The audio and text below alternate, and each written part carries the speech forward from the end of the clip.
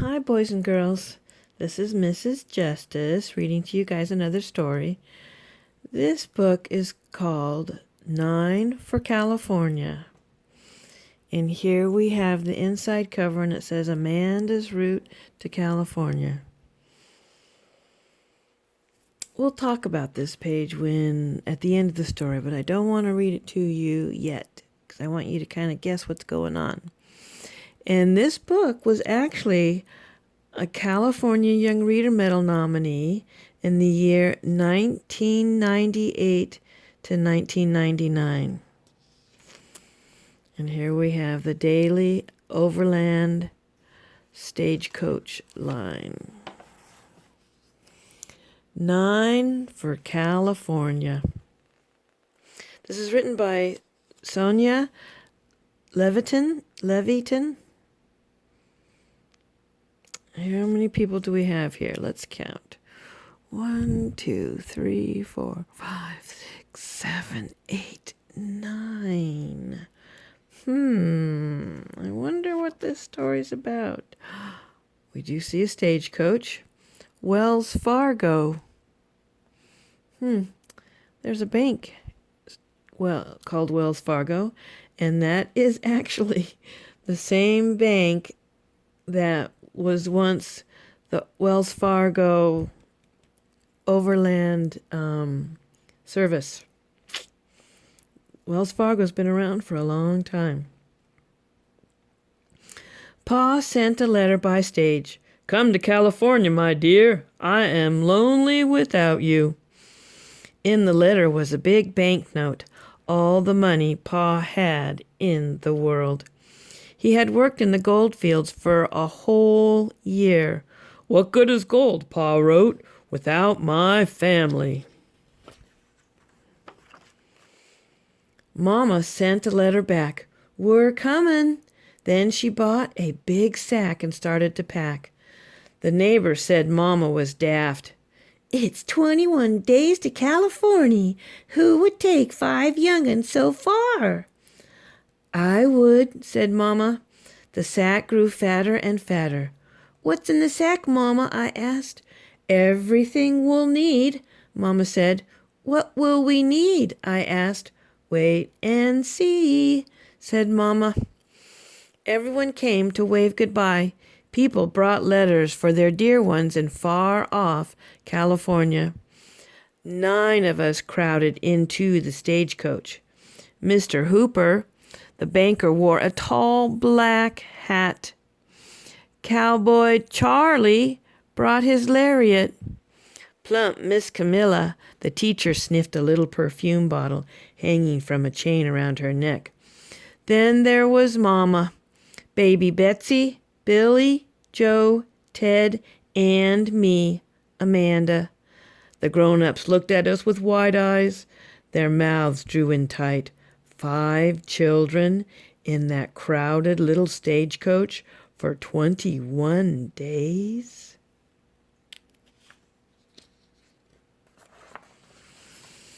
The stage driver stopped us, shouting, Lady, put that sack on top of the other bags. It won't fit inside the stage.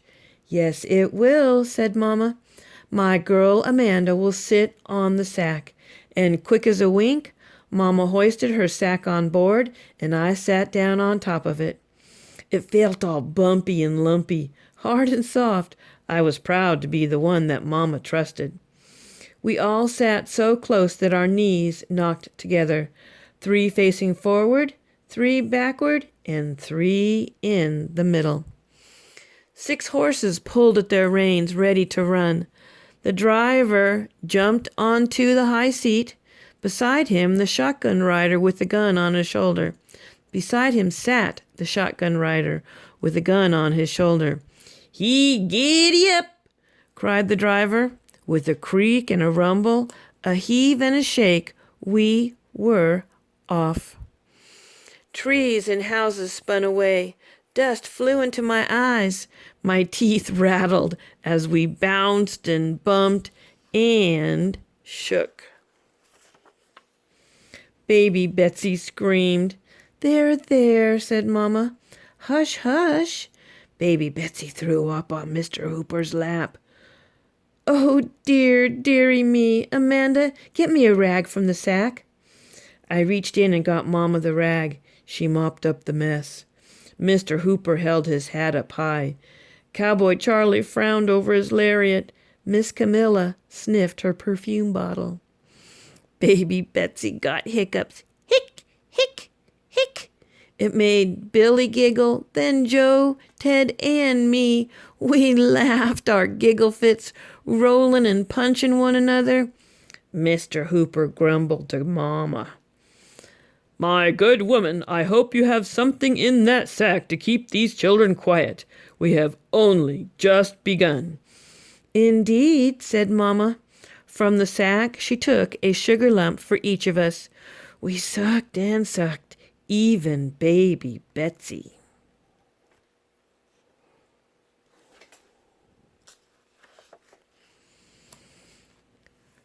Brother Billy had brought his whistle.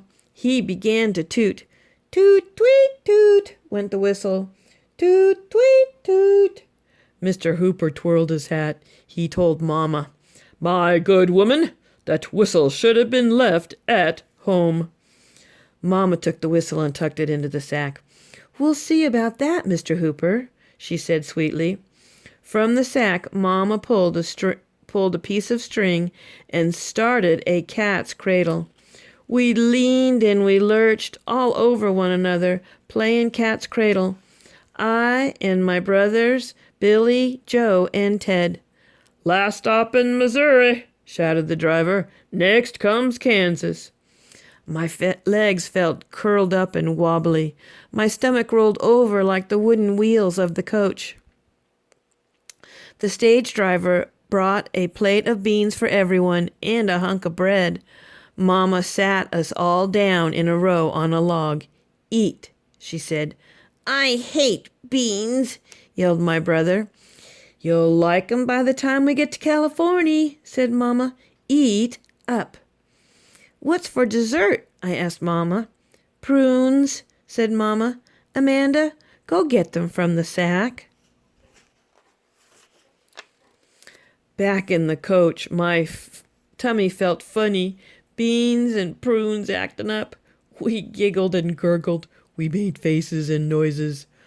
Mr. Hooper glared at Mama and said, "My good woman, can't you find something better for your children to do?" "Yes, indeed, Mr. Hooper," said Mama, and she called out, "Plants."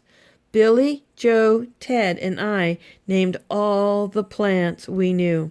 Then we named all the animals, all the birds, all the presidents, the states in the Union, and the oceans and the countries of the world.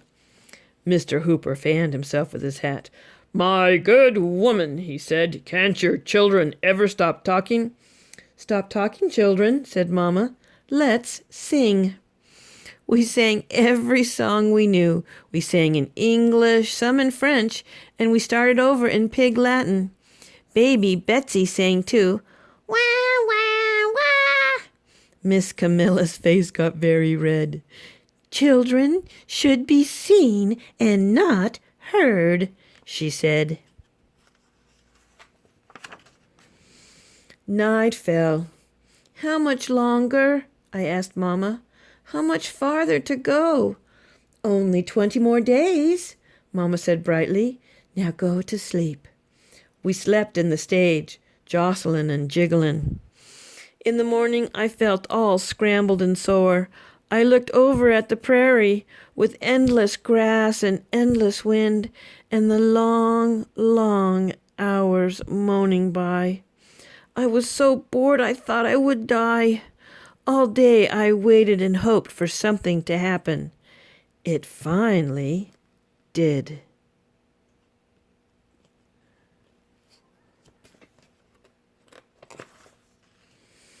We heard the pounding of horses and terrible yells. "Yip, yip, yay!" "Indians! Indians!" shouted Cowboy Charlie. The shotgun rider drew his gun. "Leave 'em be," said Mama. "These are Pawnee Indians, friendly but hungry." "We've got nothing to feed them," said Mr. Hooper, squeezing his hat in his hands.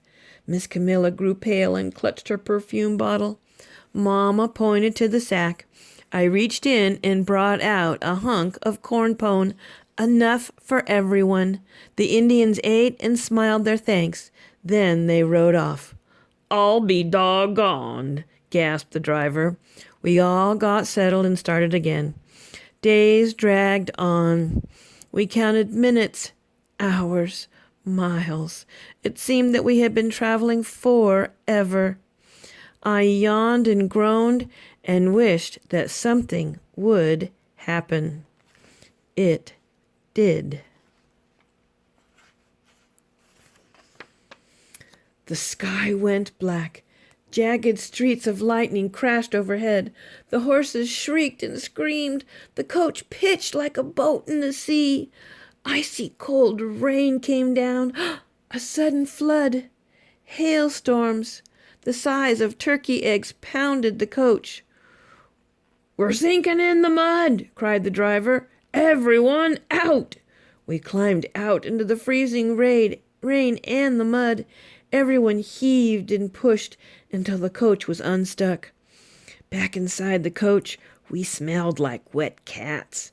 Miss Camilla fluffed out her hair, touched the perfume to her curls. Mr. Hooper tried to reshape his hat. Cowboy Charlie wrung the water from his lariat.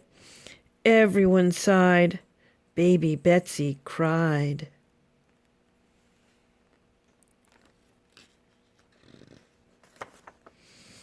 Mama nodded toward the sack.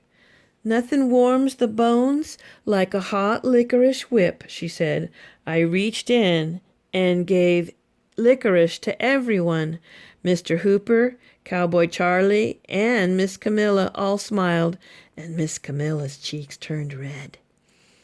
The days dragged on. We ate beans and bread and prunes, and we liked them no better than we had at the start.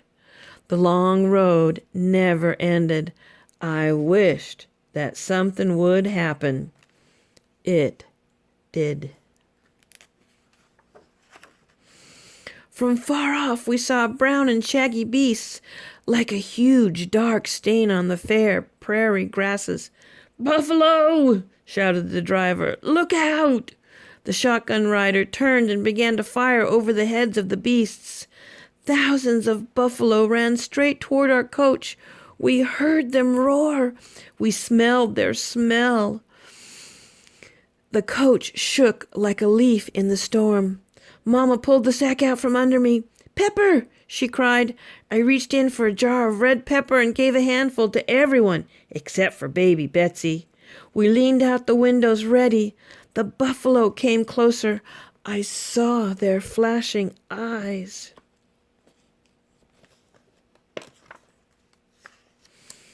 "Now!" shouted Mama. I tossed my pepper right into the nose of a huge buffalo, the first one in the herd. It made the buffalo sneeze and snort. The buffalo turned away and left our wagon standing, safe. Days dragged on as before. Nothing changed but the sky, full of deep colors, then stars. I wished something would happen. It did. The coach stopped. We fell forward. 2 men stood in the road. They wore masks. They had pistols. One said, "Give us your gold, your jewels, your silver." Mama rounded her mouth and blew. I reached into the sack for Billy's whistle. I blew 3 hard, piercing blasts. Startled, the robbers turned. The driver and the shotgun rider and Cowboy Charlie jumped on top of the outlaws. With his lariat, Cowboy Charlie tied the outlaws to a tree.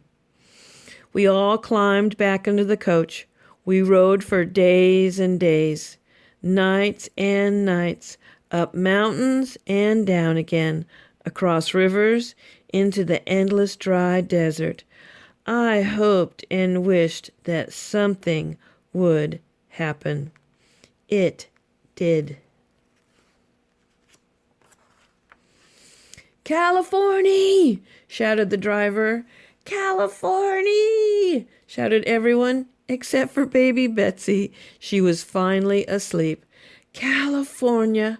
I could hardly believe it. I was so happy. At the stagecoach stop, about 1 million people came to greet us. One of them was my pa. Pa waved his hat and cheered and smiled. He picked Mama right up and gave her a kiss. When he saw us 5, Billy, Joe, Ted, baby Betsy, and me, he kissed us all and swung us around. He was so glad. Then Pa asked, "How was the trip? Anything happen?" "Nothing much," said Billy, Joe, Ted, and I. Mama only laughed. Pa brought out our luggage, including the sack. Pa opened it and looked inside. He scratched his head. He smiled a crooked smile at Mama. "What a silly thing to do," he said. "Bringing an empty sack from Missouri to California? I'm glad you've come to me, ma dear. These children need someone with good sense to take care of them." "Young'uns do need their pa, it's true," said Mama. She smiled at me and winked. Mr. Hooper, the banker, took off his hat and gave Mama a little bow. Cowboy Charlie laughed and laughed, his shoulders twitching, kind of quiet. Miss Camilla, the teacher, gave Mama her little perfume bottle. "I'll never forget you," she said. The 3 turned to Pa. "Nice family," said Mr. Hooper. "Good young'uns," said Cowboy Charlie. "Little ladies and gentlemen," said Miss Camilla. Billy, Joe, Ted, and I kept our faces straight as we could, not daring to laugh. Mama folded up the sack, and we headed for our new home.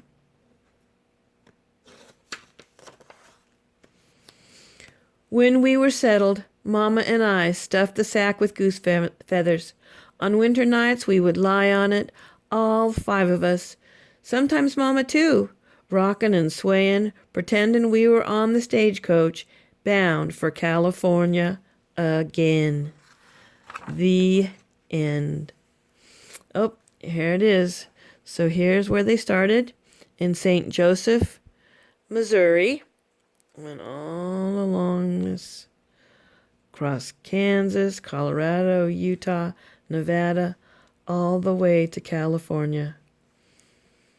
Looks like they stopped in Central California. The end.